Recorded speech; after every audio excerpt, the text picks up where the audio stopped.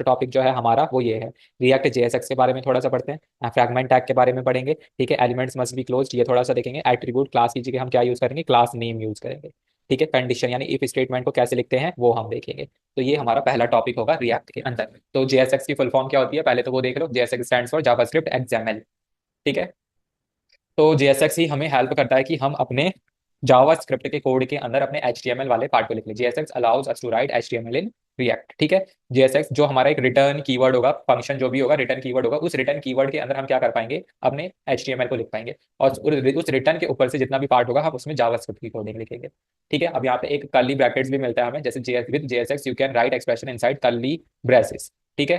तो यहाँ पे जेएसएक्स एक हमें कर्ली ब्रेसेस देता है जिसमें हम अपने ऑपरेटर्स को यूज कर सकते हैं। जैसे प्लस माइनस डिवाइड करना है तो डायरेक्टली आप कर सकते हो, कुछ अलग से उसका प्रोग्राम बनाने की जरूरत नहीं है। जैसे वेरिएबल्स नेम को भी अगर आपको डालना है, जो भी डायनेमिक कंटेंट हो, जैसे हम फॉर्मेट स्ट्रिंग में यूज करते थे ना, डॉलर और कर्ली ब्रैकेट्स लिखते थे, तो ऐसे हम डायरेक्टली कर्ली ब्रैकेट्स के अंदर वो चीज लिख सकते हैं, ठीक है। जैसे कि मैंने आपको पहले बताया भी था, जो कल की क्लास कराया था प्रॉप्स में, जो कर्ली ब्रैकेट्स यूज करे थे वो जेएसएक्स का ही पार्ट है, ठीक है, जिसकी वजह से जो कंटेंट है वो डायनेमिक हो गया था। फिर क्या है, the JSX the expression can be react, देखो जो एक्सप्रेशन है वो क्या हो सकता है, वेरिएबल हो सकता है, कोई भी प्रॉपर्टी हो सकती है, ठीक है, कोई भी जावास्क्रिप्ट का वैलिड एक्सप्रेशन हो सकता है यानी फंक्शन हो सकता है, ठीक है। JSX will execute the expression and result the return the result, ठीक है। एक्सप्रेशन का कहने का मतलब है किसी भी फंक्शन को आप डायरेक्टली उसके अंदर कॉल भी कर सकते हो या इवन कोई फंक्शन तक भी बना सकते हो, ठीक है। तो ये पार्ट हो जाएगा इसके अंदर। फिर यहाँ पे जेएसएक्स कैसे यूज करना है वो थोड़ा सा देख लो। जैसे यहाँ पे मैं आर ए एफ सी को ले रहा हूँ, ठीक है। आर ए एफ सी का मतलब क्या है, रिएक्ट एरो फंक्शनल कंपोनेंट। अभी मैंने इसके अंदर डिव दिया हुआ है, इसके अंदर में एक एच डिव को हटाई दो, छोड़, ठीक है। जैसे मैं हटाता हूँ यहाँ पे एक H1 टैग लूंगा, देखो पूरा आपको एरो के साथ लिखना है। अगर सिर्फ आप क्या करोगे H1 लिखोगे तो वो सजेशंस नहीं देगा, देखो कुछ भी नहीं आ रहा आउटपुट। तो इसलिए आपको एरो के साथ यहाँ पे थोड़ी चीजों को लिखना पड़ेगा, तब वो पूरा लेगा वो, ठीक है। यहाँ पे मैंने H1 लिखा और यहाँ पे लिखा रिएक्ट इज, फिर यहाँ पे मैं क्या करूंगा, कर्ली ब्रैकेट्स का यूज करूंगा। देखो यहाँ पे मैं मैथमेटिकल ऑपरेटर्स को यूज कर रहा हूँ, जिसमें प्लस ऑपरेटर में यूज कर रहा हूँ, ठीक है। Times with react is 10 times better with JSX, better with JSX, ठीक है। तो अब इसका आउटपुट मैं देखना चाहूंगा, तो आउटपुट कैसे दिखेगा, सीधा यहाँ पे आ जाओ, बस कुछ नहीं करना। तो यहाँ पे देखो आउटपुट आ गया आपका, ठीक है। तो यहाँ पे क्या हुआ है, जो ये पार्ट है 10 वो अपने आप ही परफॉर्म हो गया है, ठीक है। ये क्या है, एक ऑपरेटर परफॉर्म हो रहा है इसके अंदर, यानी एक फंक्शन जो अपने आप ही रन कर रहा है, ठीक है। अब जैसे कि और कुछ मैं यहाँ पे यूज करता हूँ, जैसे कि एक वेरिएबल नेम यहाँ पे यूज कर रहा हूँ मैं, नेम, नेम लिया और यहाँ पे आता हूँ मैं कॉन्स्ट लेता हूँ और इसमें नेम को लेता हूँ, नेम इक्वल टू, यहाँ पे मैंने ले लिया अपना नेम विकास। तो आउटपुट क्या आएगा यहाँ पे, मतलब वैसे ही लिख दिया सेंटेंस, लेकिन ये है ना एक डायनेमिक कंटेंट, तो ऐसे हम यूज करते हैं, ठीक है। फिलहाल तो ऐसे ही रहने दो। तो यहाँ पे कुछ भी आप जो भी डायनेमिक कंटेंट होता है, चाहे इवन फंक्शन हो गया या कुछ भी हो गया, आप इसके अंदर डाल सकते हो। तो ये हमारा जेएसएक्स का पार्ट होता है। और हम देखो एचटीएमएल कहाँ पे लिखेंगे, हमेशा रिटर्न कीवर्ड के अंदर, ना तो आप इसके ऊपर लिखोगे। अगर देखो मैं इसके ऊपर लिखता हूँ सेम चीज, तो क्या करेगा वो, एरर से करेगा, ठीक है। एरर अपने आप, पार्सिंग एरर, अनएक्सपेक्टेड टोकन, ठीक है। तो यहाँ पे ये रूल फॉलो नहीं होगा। अब ये पहला पार्ट हो गया जेएसएक्स का, तो जेएसएक्स तो हम समझ गए। नेक्स्ट पार्ट पे आते हैं फ्रैगमेंट टैग। अब यहाँ पे देखो फ्रैगमेंट टैग से मतलब क्या है, जैसे कि मैंने स्टार्टिंग में जब यहाँ पे आरएफसी कंपोनेंट का यूज किया था, जैसे कि यहाँ पे एक H1 टैग है अभी लिखा हुआ है, अगर मैं सेम इसके नीचे एक और H1 टैग लूंगा ना, तो ये मेरे को एरर देने लगेगा, ठीक है। यहाँ पे यानी मैं दूसरा सेम H1 टैग नहीं ले सकता। तो यहाँ पे देखो पूरा का पूरा एरर शो हो रहा है।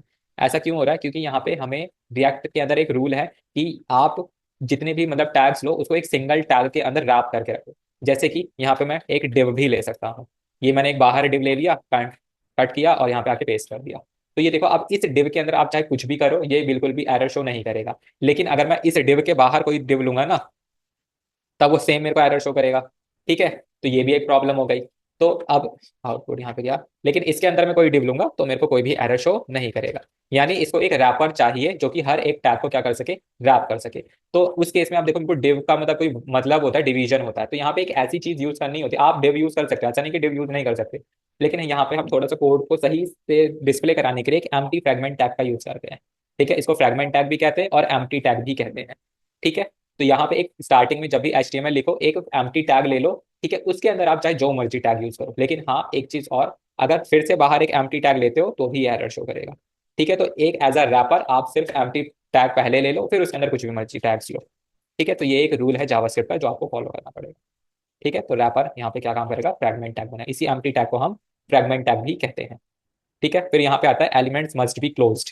एलिमेंट्स मस्ट बी क्लोज्ड का मतलब है, जैसे कि यहाँ पे हम पहले HTML के अंदर इमेज कैसे लिखते थे, ऐसे लिखते थे, ठीक है। अब देखो ये अपने आप क्लोज होता है, तो यहाँ पे अगर मैं इसे क्लोज नहीं करूंगा तो ये मेरे को देखो पार्सिंग एरर फिर से देगा, अनटर्मिनेटेड जेएसएक्स कंटेंट। यानी यहाँ पे जितने भी टैग होंगे जो एचटीएमएल के अंदर क्लोज नहीं होते थे आपको क्लोज करने पड़ेंगे। या तो आप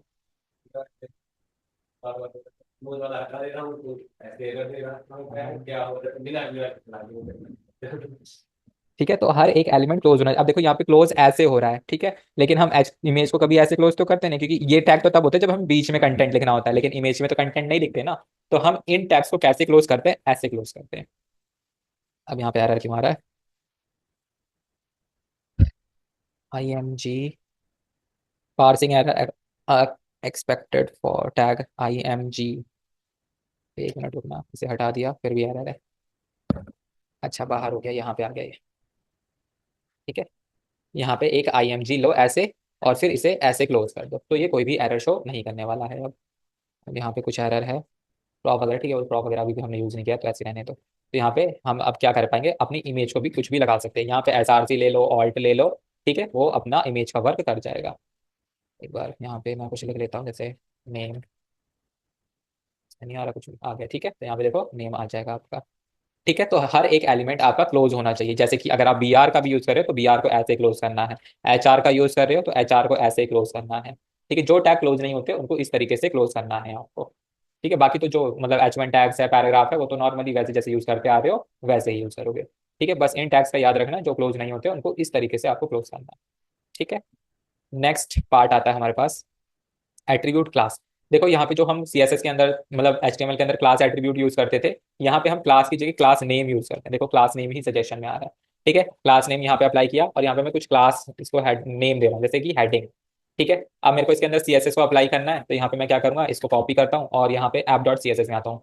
ठीक है, देखो अगर आपको CSS बनानी है, जैसे app.js है, तो इसकी जस्ट सेम फाइल बनानी होती है app.css। ठीक है, मैं पूरा कोड यहाँ पे जो पहले लिखा हुआ था उसको हटा रहा हूँ, और जो डॉट हेडिंग है उस, हाँ, तो index.css ये है वो इस इंडेक्स फाइल के लिए, index.js के लिए। हाँ, तो वो हो जाएगा, क्योंकि index.css क्या कर रहा है, JS क्या कर रहा है, आपको ही कंपोनेंट को कर रहा है ना, तो ऐप के अंदर जितनी भी चीजें बनाई होगी वो उस पर ही अप्लाई हो जाएंगी, क्योंकि यहाँ पे आपने उसी कंपोनेंट को रेंडर किया हुआ है। ठीक है, हाँ, तो क्या हो गया app.css में, अब जैसे कोई दूसरा, हाँ, तो भी अप्लाई होगा, लेकिन वो ऐसे अप्लाई नहीं होता। देखो यहाँ पे index.js में है, यहाँ पे एक इंपोर्ट स्टेटमेंट लगी होती है, इंपोर्ट index.css। ठीक है, जब ये स्टेटमेंट लगी होगी ना तभी वो CSS फाइल यहाँ पे होगी। आप चाहे कुछ भी फाइल बना लो, किसी भी फाइल का नेम दे दो, वहां पे जस्ट आपको वही फाइल इंपोर्ट करनी है। तो जिस क्लास नेम के हिसाब से जो CSS उस फाइल के अंदर लिखी होगी वो इस पे अप्लाई हो जाएगी। तो क्लास नेम देखेगा, आपकी फाइल नहीं देखेगा। ठीक है, लेकिन वो फाइल यहाँ पे इंपोर्ट होनी चाहिए बस। ठीक है, तो आपने क्या किया होगा, app.js में आया होगा, वहां पे आपको आपने इंपोर्ट कर दी होगी इंडेक्स डॉट को। ठीक है, तो वो CSS उसमें भी अप्लाई हो जाएगी, कोई वो बड़ी बात नहीं है। ठीक है, अब जैसे यहाँ पे app.js, मैं छोड़ो app.js बनाता ही नहीं हूँ, इस पे आता हूँ और मैं यहाँ पे दूसरी फाइल बनाता हूँ, जैसे कि heading.css, heading.css। ये फाइल मैंने बना ली, एंटर हिट किया, और यहाँ पे मैं डॉट हेडिंग जो है उसके लिए CSS लिख रहा हूँ। क्या CSS लिख रहा हूँ, पहले तो टेक्स्ट अलाइन सेंटर होना चाहिए, बैकग्राउंड कलर रेड होना चाहिए। ठीक है, फॉन्ट साइज इसका लगभग 25 पिक्सल कर दो।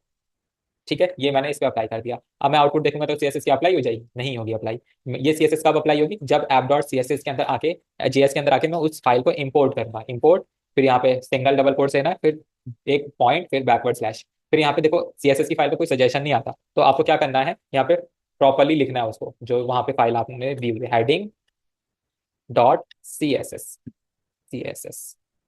ठीक है, सक्सेसफुली कंपाइल हो गया। अब आउटपुट चेक करोगे तो देखो अप्लाई हो जाएगा। ठीक है, तो इस तरीके से होता है। मेन ये फाइल स्टेटमेंट होती है, यहाँ पे जो भी CSS की फाइल आप इंपोर्ट करोगे उस CSS क्लास नेम के हिसाब से वो CSS उस पर अप्लाई हो जाएगी। ठीक है, तो हम करते क्या है, जैसे app.js की फाइल है तो उसके लिए हम CSS फाइल बना लेते हैं app.css। अगर आपने बटन मतलब card.css की फाइल बनाई है तो उसके लिए हम CSS फाइल बना लेंगे card.css। ठीक है, यानी जो आपकी JS फाइल होगी उसी से रिलेटेड हम CSS फाइल भी बना लेते हैं। ठीक है, तो किसी पर्टिकुलर कंपोनेंट में कुछ भी आपको गड़बड़ी लगती है तो सेम उस फाइल में आके डायरेक्टली, और उसकी CSS फाइल में डायरेक्टली आके आप चेंजेस अप्लाई कर सकते हो। ठीक है, आपको जरूरी नहीं है कि सिंपल एक से, या तो आप एक काम भी कर सकते हो, सिंगल एक CSS फाइल बना सकते हो और हर एक कंपोनेंट में सेम फाइल को कॉपी कर इंपोर्ट कर दो तो भी अप्लाई हो जाएगा वो, लेकिन वो वही है, CSS बहुत बड़ा हो जाएगा, हर एक चीज को देखना पड़ेगा आपको। ठीक है, तो यहाँ पे जो मेन चीज है वो इंपोर्ट है। कुछ भी फाइल बनाओ बस इंपोर्ट कर दो, उसकी क्लास नेम मिलेगी, तो वो वहां CSS अप्लाई हो जाएगी। ठीक है, नेक्स्ट पार्ट आते हैं हम कंडीशनल स्टेटमेंट्स पे। ठीक है, कंडीशनल हम स्टेटमेंट्स अपने उसके अंदर कैसे लिखते हैं रिएक्ट के क्या। हाँ क्लास भी वर्क करेगा लेकिन रूल क्लास नेम ही लिखना है, वो कोई एरर शो नहीं करेगा मुझे भी पता है। लेकिन रूल क्या कहता है क्लास नेम, क्योंकि यहाँ पे देखो जो सजेशन आता है वो क्लास नेम का ही आता है। ठीक है, वो आगे चल के किसी ना किसी चीज में दिक्कत देगा, लेकिन आपको रूल के अकॉर्डिंग ही चल। चलो ये हो गया। नेक्स्ट पार्ट हम कंडीशंस यानी इफ स्टेटमेंट के बारे में देखते हैं कि इफ स्टेटमेंट को हम यहाँ पे कैसे यूज करेंगे। अब देखो जो इफ स्टेटमेंट है वो जावास्क्रिप्ट का पार्ट है, एचटीएमएल का तो पार्ट है नहीं, तो यानी हम उस चीज को यहाँ पे तो बिल्कुल भी नहीं लिखेंगे। ठीक है, तो हम उसे कैसे लिखेंगे वो मैं तो बताता हूँ। यहाँ पे मैं एक H1 टैग पहले ले लेता हूँ। ठीक है, इस H1 के अंदर क्या डालूंगा वो हम बाद में देखेंगे। सबसे पहले अपनी इफ स्टेटमेंट बनाते हैं। इफ स्टेटमेंट के अंदर मैं क्या कर रहा हूँ, सबसे पहले एक वेरिएबल ले रहा हूँ कॉन्स्ट एक्स नाम का। ठीक है, और इसके अंदर मैं असाइन कर देता हूँ 5। सिंपल है। फिर मैं क्या करता हूँ, लेट करता हूँ टेक्स्ट। टेक्स्ट के अंदर मैं डाल रहा हूँ यहाँ पर गुड बाय। ठीक है, जस्ट मैंने ये यूज कर लिया।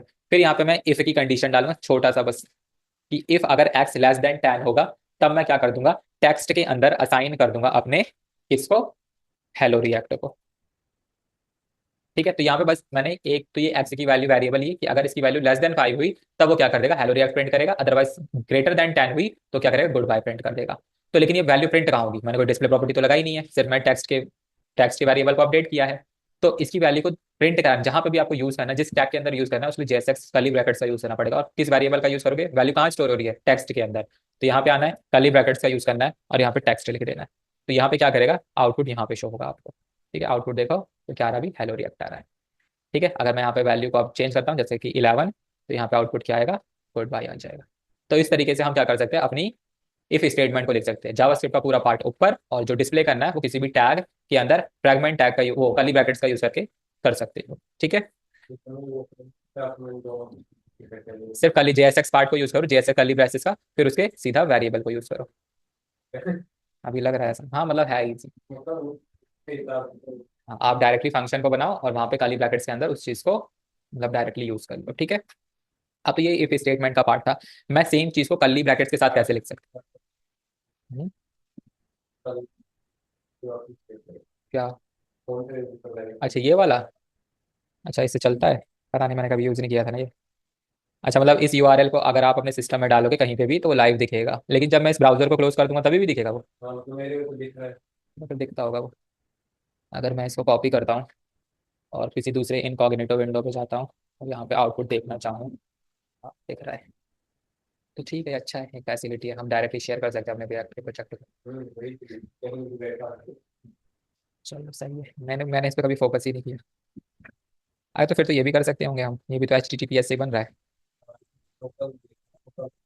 यहाँ पे एक आईपी एड, हाँ आईपी एड्रेस क्रिएट कर रहा है, यहाँ पे नहीं हो रहा। चलो ठीक है, फिर यहाँ पे ये हो गया। अब देखो इसे हम इफ एल्स को और इजी बनाएंगे यूजिंग टर्नरी ऑपरेटर, क्योंकि यहाँ पे हम इफ एल्स का यूज करने ही वाले नहीं है, हम ES6 मेथड्स का यूज करेंगे जो कि क्या है, टर्नरी ऑपरेटर। अब मुझे यहाँ पे सेम आउटपुट लाना है लेकिन यूजिंग टर्नरी ऑपरेटर लाना है। कैसे लाऊंगा, तो यहाँ पे मैं कॉन्स्ट की वैल्यू रखूंगा, और नहीं कॉन्स्ट की वैल्यू भी नहीं रखूंगा, कॉन्स्ट की हाँ कॉन्स्ट की वैल्यू रखूंगा लेकिन टेक्स्ट को नहीं रखूंगा। इसको मैं कमेंट आउट कर रहा हूँ। ठीक है, कमेंट आउट किया, इफ पार्ट को भी पूरा कमेंट आउट कर दूंगा, ये चीज मैं यहाँ पे यूज नहीं कर रहा। अब यहाँ पे इसी कर्ली ब्रैकेट्स के अंदर आना, मैंने बोला ना कर्ली ब्रैकेट्स के अंदर कुछ भी डायनेमिक कंटेंट हम लिख सकते हैं। ठीक है, कर्ली ब्रैकेट्स का यूज करेंगे। यहाँ पे मैं एक क्या करूंगा, टर्नरी ऑपरेटर का यूज, कर्ली ब्रैकेट्स लिया, एक्स से लिया यहाँ पे। ठीक है, जो मेरी अगर मेरी एक्स की वैल्यू लेस देन 10 हुई तब क्वेश्चन मार्क लगा के मैं पहली ट्रू स्टेटमेंट लिखूंगा। ठीक है, यानी अगर कंडीशन ट्रू होती है तो आपका हेलो रिएक्ट प्रिंट हो जाएगा, नहीं तो कॉलन लगा के गुड बाय प्रिंट हो जाएगा। खत्म काम। आउटपुट देखोगे तो क्या आएगा, गुड बाय, क्योंकि यहाँ पे एक्स की वैल्यू भी ग्रेटर देन 10 है। 5 कर दूंगा तो क्या आएगा, हेलो रिएक्ट। हो गया इजी। बस इस सिंटैक्स को फॉलो करना है और इस कर्ली ब्रैकेट्स के अंदर ही इंक्लूड करना है। ठीक है, तो ऐसे आप चीजों को यूज कर सकते हैं। देखो इफ एल्स का हम यूज बिल्कुल भी नहीं करेंगे हम हमेशा। हाँ कहीं पे अगर जैसे इंपॉर्टेंट पड़ता है, ऐसा नहीं है कि बिल्कुल भी यूज नहीं करना, तो हम करेंगे। ठीक है, क्योंकि हम यहाँ पे डेटा पे वर्क तो करना नहीं है, हमें कार्ड फॉर्म यानी चीज़ों को बनाना है, कंपोनेंट्स को बनाना है। तो इसलिए हम यहाँ पे टर्नरी ऑपरेटर का ज़्यादा यूज करेंगे। इफ एल्स का वहाँ पे ज़्यादा यूज होता है जहाँ पे हमें डेटा को डिस्प्ले कराना होता है कंडीशन के बेस पे। ठीक है, तो यहाँ पे वो पार्ट हो जाएगा। चलो ठीक है, ये भी पार्ट कंप्लीट होता है। कुछ पूछना है, ठीक है, ये फाइल शेयर कर दूंगा, अपने हिसाब से प्रॉपर नोट्स बना लेना। नेक्स्ट टॉपिक पे आते हैं फिर, क्लास कंपोनेंट। देखो क्लास कंपोनेंट रिएक्ट के केस में बिल्कुल भी इंपॉर्टेंट नहीं है, तो जस्ट इसका ओवरव्यू ही लेंगे। ठीक है, क्योंकि यहाँ पे थोड़ा सा इसे पढ़ लो, रिएक्ट क्लास कंपोनेंट। अभी तो ये जो है ये अभी रिएक्ट क्लास कंपोनेंट का पार्ट नहीं है, ये मैं आपको बताऊंगा। ठीक है, जैसे यहाँ पे रिएक्ट क्लास कंपोनेंट को एक बार पढ़ते हैं तो यहाँ पर क्या आएगा, बिफोर रिएक्ट 16.8। ठीक है, जब रिएक्ट का 16.8 वर्जन था तो class component were the only way to track state. तो जो क्लास कंपोनेंट थे ना, सिर्फ वही एक तरीका था जिससे हम स्टेट को ट्रैक कर सकते हैं। स्टेट को ट्रैक करने का मतलब चीजों को डायनेमिक बना सकते हैं, यानी अपडेट कर सकते हैं चीजों को। And life cycle on a react component. Life cycle से मतलब क्या है, चीजों को हम डिलीट कर सकते हैं, अपडेट कर सकते हैं या रेंडर करा सकते हैं। ठीक है, वो लाइफ साइकिल मेथड्स हो जाते हैं। अब लेकिन रिएक्ट 16.8 वर्जन के बाद यहाँ पे आया था एडिशन ऑफ हुक्स। ठीक है, हुक्स हमेशा किसके साथ यूज होते हैं, फंक्शनल कंपोनेंट्स के साथ। ठीक है, जैसे ही फंक्शनल कंपोनेंट्स के साथ आप हुक्स को इंक्लूड करोगे तो ये क्या करता है, स्टेट को ट्रैक करना स्टार्ट कर देता है, यानी चीजों को अपडेट करेगा। डिफरेंट डिफरेंट हुक्स है, डिफरेंट डिफरेंट फंक्शंस है उसके। ठीक है, तो ये क्या हो गया, एक तो क्लास कंपोनेंट थोड़ा सा कॉम्प्लेक्स पार्ट होता है, आपने ये फील किया भी होगा जावास्क्रिप्ट में। ठीक है, लेकिन फंक्शन थोड़ा सा ईजी होता है। लेकिन जब हुक्स आ गए तो फंक्शंस और भी ईजी हो गए हैं लिखना। तो इसलिए हम क्या करते हैं, अब क्लास कंपोनेंट का यूज ना करके हम क्या करते हैं, फंक्शनल कंपोनेंट का यूज करते हैं। डिफरेंस क्या होता है, बहुत माइनर होता है, क्योंकि हमारा जो मेन बेस होता है वो स्टेट को ट्रैक करना होता है, जो कि हमें हुक्स की हेल्प से मिल जाता है। तो इसलिए हम यहाँ पे क्लास कंपोनेंट को ज्यादा नहीं पढ़ेंगे। क्लास कंपोनेंट कहाँ पे आपको यूज करना है, यहाँ पे देखो, the class understanding class component is essential. ऐसा नहीं है कि आपने क्लास कंपोनेंट को, ठीक है जरूरी नहीं है तो इसको हम पढ़ेंगे ही नहीं, थोड़ा बहुत समझना जरूरी है, specially when working with legacy code. कब, लिगेसी कोड का मतलब है जब जैसे कोई कंपनी है वो पुराने कोड के साथ काम कर रही है, क्योंकि कई कंपनी ऐसी होती हैं वो पुराने टेक्नोलॉजी के साथ ही वर्क करती है। तो वहां पे आपको क्लास कंपोनेंट के साथ भी थोड़ा सा फैमिलियर रहना पड़ेगा। ठीक है, और बहुत ज्यादा कॉम्प्लेक्स, वैसे तो कॉम्प्लेक्स जो चीजें होती है वो हमारा हुक से ही कर देता है, रिडक्स वाला पार्ट कर देगा। ठीक है, तो वहां पे हम क्या करते हैं, अपने क्लास कंपोनेंट को यूज कर लेते हैं। अदरवाइज हम किसको फॉलो करेंगे, फंक्शनल कंपोनेंट को। तो यार क्लास कंपोनेंट तो कल स्टार्ट करेंगे, उससे पहले यहाँ पे ये देखो। अब यहाँ पे मेरे को आपको प्रॉप्स के बारे में बताना है, प्रॉप्स कैसे होता है, कैसे बनते हैं वो चीजें। तो प्रॉप्स के बारे में थोड़ा सा देखो। अच्छा, कल मैंने प्रॉप्स को बताया था, तो क्या काम करता है, बटन कंपोनेंट बताया था ना, उसमें प्रॉप्स की हेल्प से मैंने एक कंपोनेंट बटन का बनाया था, फिर उसको कॉल कर रहा था app.js में। तो वो अलग अलग बटन पास हो रहे, छोड़ो मैं दोबारा बताता हूँ। जैसे कि यहाँ पे फिर से कोड को खोलता हूँ, रिएक्ट कंपोनेंट। पहले तो रिएक्ट कंपोनेंट के बारे में सीखो क्या है। Component is a small self contained part of a web page. Component क्या होता है, जैसे आपको सिर्फ वेब पेज का किसी छोटा सा कंपोनेंट बनाना है, कुछ पार्ट बनाना है, तो उसको हम कंपोनेंट कहते हैं। जैसे कि कार्ड फॉर्म हो गया, कार्ड के अंदर का बटन हो गया, ठीक है, कोई पर्टिकुलर इमेज होगी जो आपको बार बार यूज करनी है अपनी वेबसाइट में, तो उसको क्या कर सकते हो, एज अ कंपोनेंट यूज कर सकते हो। एक बार कंपोनेंट को बना लो, फिर जहां जहां यूज करना होगा आप उसे कॉल कर सकते हो। ठीक है, तो उसे ही हम क्या कहते हैं, कंपोनेंट कहते हैं। तो कंपोनेंट बनाते कैसे हैं, फिर उसके कंटेंट को डायनेमिक के कैसे करते हैं वो हम सीखेंगे यहाँ पे। तो सबसे पहले कंपोनेंट बनाने के लिए आपको अपने एसआरसी के फोल्डर पे क्लिक करना है, और यहाँ पे पहले तो फोल्डर क्रिएट कर लेना। उस फोल्डर में क्या करोगे, कंपोनेंट नाम लिखोगे, तो जितने भी कंपोनेंट आप बनाओगे वेबसाइट से रिलेटेड वो इसके अंदर ही आएंगे। जैसे कि मैं यहाँ पे पहला कंपोनेंट बनाने वाला हूँ जिसका नाम है हेलो वर्ल्ड .js। ठीक है, ये पार्ट मैंने ले लिया, RAFC को यहाँ पे इंक्लूड कर दिया। यहाँ पे ये एम्प्टी फ्रैगमेंट डिव ले रहा हूँ, फिर हेलो वर्ल्ड .js। यहाँ पे मैं छोटा सा कंटेंट लिखूंगा, एक H1 ले रहा हूँ। ठीक है, H1 में मैंने लिख दिया हेलो, फिर कॉमा, फिर यहाँ पे काली ब्रैकेट्स का यूज कर रहा हूँ, काली ब्रैकेट्स यानी यहाँ पे कुछ डायनेमिक होगा। अब यहाँ पे मैं एक प्रॉप का यूज कर रहा हूँ, नेम। ठीक है, नेम मैंने यहाँ पे ऐसे यूज कर लिया। अब देखो, नेम मैंने यहाँ पे यूज कर लिया लेकिन ये कट हो रहा है क्योंकि मैंने इसको डिफाइन नहीं किया। तो यहाँ पे आपके फंक्शन में आना है और काली ब्रैकेट्स की हेल्प से क्या कर देना, नेम लिख देना है इस पे। ठीक है, नेम जैसे ही लिखोगे तो ये देखो कट जाएगा, यानी मैंने इसको यहाँ पे डिफाइन कर दिया। तो ये तो पता है, ये नॉर्मल फंक्शन में डिफाइन करना पड़ता है।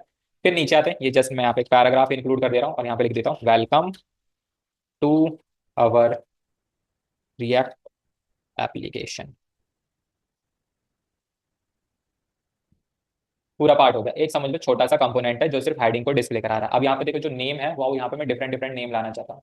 तो अभी तो देखो, ये आउटपुट देखूंगा तो मेरे को कुछ भी आउटपुट यहाँ पे दिखेगा नहीं, क्यों, क्योंकि मैंने इसको कॉल नहीं कराया अपने app.js में। app.js में आना, एक HR ले लो सबसे पहले तो। ठीक है, HR को लिया और यहाँ पे उस कंपोनेंट का नाम क्या है, हेलो वर्ल्ड .js। और एक चीज और, जब भी आप यहाँ पे, ठीक है, कोई भी कंपोनेंट बनाओ तो उसकी स्टार्टिंग आपको कैपिटल से करनी है, H। ठीक है, ऐसा जरूरी नहीं है, लेकिन यहाँ पे क्या होता है, पास्कल लॉ फॉलो होता है। ठीक है, पास्कल लॉ का मतलब क्या, पास्कल रूल का मतलब पास्कल का होता है कि हम जो पहला लेटर है वो कैपिटल लिखेंगे, फिर आप भाई कैमल केस का यूज कर सकते हो। ठीक है, जैसे ये लिखा हुआ है, पास्कल रूल कहते हैं इसको। फिर यहाँ पे ये पार्ट हो गया। इसके बाद मैं यहाँ पे उस कंपोनेंट को कॉल करना है, जैसे कि मैं यहाँ पे लिख दूंगा हेलो वर्ल्ड, और आपको सजेशन के साथ ही जाना है, क्योंकि सजेशन के साथ जैसे जाओगे ये स्टेटमेंट अपने आप इंपोर्ट हो जाएगी। जैसे हेलो वर्ल्ड किया तो देखो यहाँ पे अपने आप इंपोर्ट हो जाएगी। जस्ट आपको इसको क्लोज करना होगा। ठीक है, क्लोज कर दोगे कुछ इस तरीके से, आउटपुट देखोगे तो यहाँ पे आउटपुट आ जाएगा, लेकिन यहाँ पे वो पार्ट नहीं आया है। ठीक है, जैसे कि यहाँ पे मैंने नेम नाम का वेरिएबल लिया, इसको मैं अब इस कंपोनेंट के अंदर पास करूंगा क्योंकि मेरे को वहाँ पे डेटा को डिस्प्ले कराना है। तो यहाँ पे नेम लोगे, इक्वल टू का यूज करोगे और उस नेम के अंदर कुछ भी आप पास करोगे, जैसे विकास। आउटपुट देखोगे तो hello Vikas welcome to our React application आ जाएगा। अगर आप सेम कंपोनेंट फिर से कॉल करा रहे हो, कॉपी पेस्ट, ठीक है, और यहाँ पे आप चाहते हो दूसरा नाम प्रिंट कराना, जैसे आदित्य है, तो यहाँ पे क्या आएगा, hello Aditya welcome to our React application. तो यही होता है, ये प्रॉप्स जो होते हैं, ये वाला पार्ट होता है, ठीक है, जिसमें आप एक डेटा को मतलब अलग अलग डेटा चाहते हो सिंगल कंपोनेंट के साथ।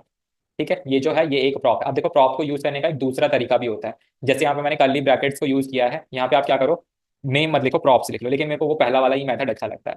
ठीक है, आप चाहो तो किसी के साथ, जैसे यहाँ पे मैंने प्रॉप्स लिख लिया, इसके साथ आपको कर्ली ब्रैकेट्स इंक्लूड करने की जरूरत नहीं है, आप यहाँ पे क्या लिखो, प्रॉप्स डॉट नेम लिख दो, प्रॉप्स डॉट नेम, तो भी आउटपुट आपका सेम ही आना है। ठीक है, जहां कॉल करोगे वहां पे सेम ही होगा। ठीक है, यहाँ पे जस्ट प्रॉप्स लिख दो, फिर आप जितने प्रॉप्स यूज करोगे उसका साथ dot name dot email dot ID जो भी यूज करना कर सकते हो, नहीं तो आपका पहला जो वाला मेथड था वैसे यूज कर सकते हो, जो भी आपको सही लगे। ठीक है, जो सही लगे वो यूज हाँ वो करना पड़ेगा। हाँ तो फिर आपको नीचे just props dot name props dot age props dot ऐसे करना है। ठीक है, वैसे यूज कर लो। ठीक है, चलो ठीक है, तो ये पार्ट हमारा कंप्लीट होता है। अब ये भी हो गया कंप्लीट। नेक्स्ट पार्ट में आपको क्या बताऊँ, क्लास कंपोनेंट तो मैं कल ही शुरू करूंगा।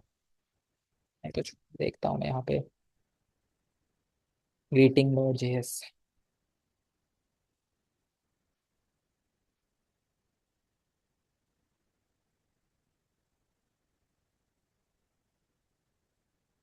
ठीक है, यहाँ तक सब क्लियर। रिएक्ट कंपोनेंट यहाँ पे क्लास कंपोनेंट में आते हैं, तो ये सारा पार्ट मैंने आपको पढ़ा दिया। डेफिनेशन पढ़ लो। Components are independent and reusable bits of code. ठीक है, तो ये भी है। They serve the same purpose as JavaScript functions. ठीक है, but work in isolation and return HTML via render function. Class component में क्या काम होगा, देखो यहाँ पे मैंने जितना भी पार्ट आपको बताया वो किसके थ्रू बताया, फंक्शनल कंपोनेंट के थ्रू। ठीक है, सेम चीज हम क्या कर सकते हैं, क्लास कंपोनेंट के साथ भी आपको यूज करनी आनी चाहिए।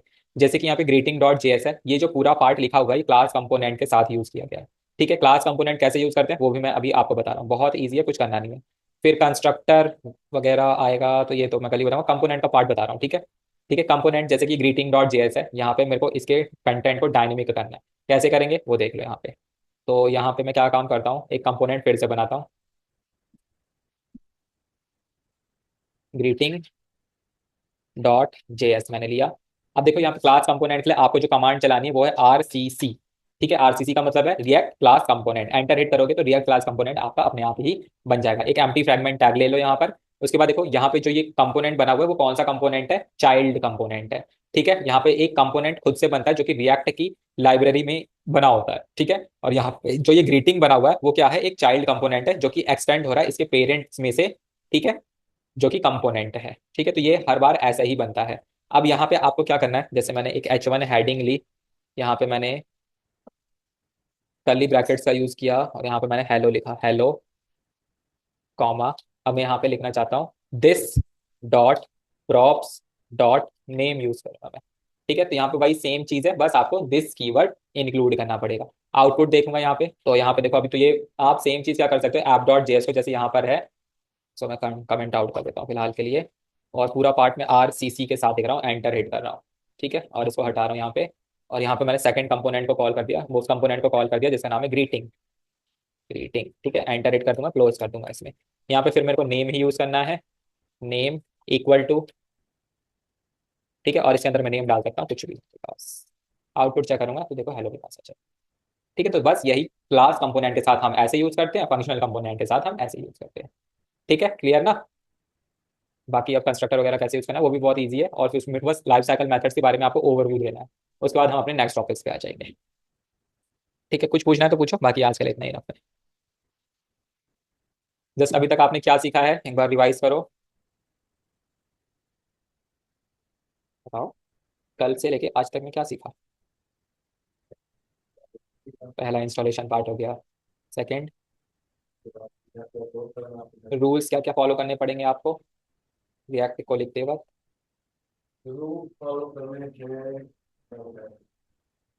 पहला तो हर एक एलिमेंट क्लोज होना चाहिए।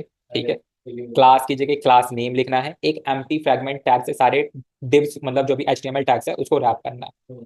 ठीक है, ये कुछ रूल्स है जो आपको फॉलो करने पड़ेंगे। जो भी एचटीएमएल का पार्ट होगा यानी जेएसएक्स का जो भी पार्ट होगा वो रिटर्न कीवर्ड के अंदर ही आएगा। ठीक है, उसके ऊपर जो भी जावास्क्रिप्ट का पार्ट होगा वो रिटर्न कीवर्ड के ऊपर जाएगा। ठीक है, और यहाँ पे कर्ली ब्रैकेट्स के अंदर आप वेरिएबल कोई भी ऑपरेटर जो भी फंक्शनैलिटी परफॉर्म होनी होती है वो आप जेएसएक्स कर्ली ब्रैकेट्स के यूज अंदर डाल सकते हो। ठीक है, फिर बाद में सीखा आपने कंपोनेंट्स को क्रिएट करना, फिर कंपोनेंट्स को ऐप डॉट जेएस में कॉल करना। उसके साथ साथ आपने ये भी देखा कि जब मैं कॉल कर रहा हूँ तो सारी चीजें मेरी इंपोर्ट भी होनी चाहिए। एक चीज और सीखी आपने, सीएसएस को भी अप्लाई करना सीखा। अभी सीएसएस का सिर्फ आपने फर्स्ट मेथड सीखा है, एक दो मेथड और होते हैं, लेकिन जो यूज्ड मेथड होता है वो यही होता है जो मैंने आपको बताया। ठीक है, सबसे ज्यादा यही यूज करना होता है।